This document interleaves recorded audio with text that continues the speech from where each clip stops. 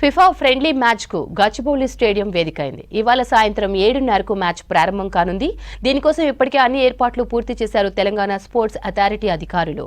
ఇక FIFA friendly football match కు CM Revanth Reddy chief guest గా హాజరు కానున్నారు. మ్యాచ్ ప్రారంభానికి ముందు మ్యూజికల్ ప్రోగ్రామ్స్ ఏర్పాటు చేశారు అధికారులు.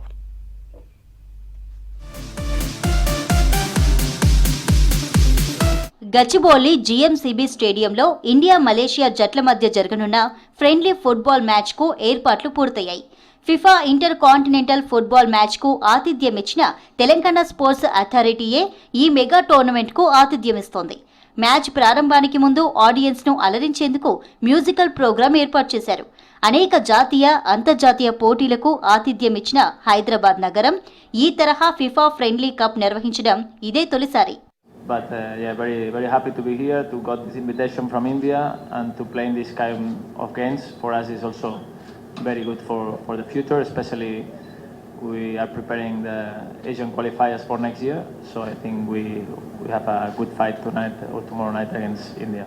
భారతీయ ఫుట్బాల్ స్పోర్ట్స్ కు సెంటర్ గా నిలిచిన హైదరాబాద్ సిటీ క్రమంగా చారిత్రక వైభవాన్ని కోల్పోతోంది. దశాబ్దాలుగా నిర్లక్ష్యానికి గురైన ఫుట్బాల్ క్రీడకు పునర్వైభవం తీసుకొచ్చేందుకు ఇటీవల చర్యలు మొదలయ్యాయి. ఇటీవల ఇంటర్ కాంటినెంటల్ ఫుట్బాల్ కప్ను నిర్వహించి సిటీ స్పోర్ట్స్ లవర్స్ అభిమానాన్ని సంపాదించింది తెలంగాణ స్పోర్ట్స్ అథారిటీ. మ్యాచ్ నిర్వహించడంలో రాష్ట్ర ప్రభుత్వం తీసుకున్న చొరవను ఫిఫాతో పాటు ఆల్ ఇండియా ఫుట్బాల్ ఫెడరేషన్ ప్రతినిధుల ప్రశంసలు అందుకుంది.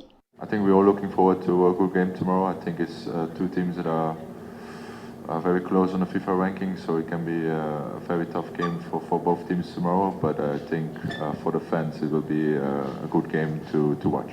ఫిఫా కాంటినెంటల్ ఫుట్బాల్ కప్ ను అద్భుతంగా నిర్వహించడంతో ఫిఫా ఫ్రెండ్లీ మ్యాచ్ కు హైదరాబాద్ ఎంచుకున్నారు ఆర్గనైజర్లు. మరోవైపు ఫుట్బాల్ తో పాటు అన్ని క్రీడా పోటీలను ఎంకరేజ్ చేస్తుంది తెలంగాణ స్పోర్ట్స్ అథారిటీ.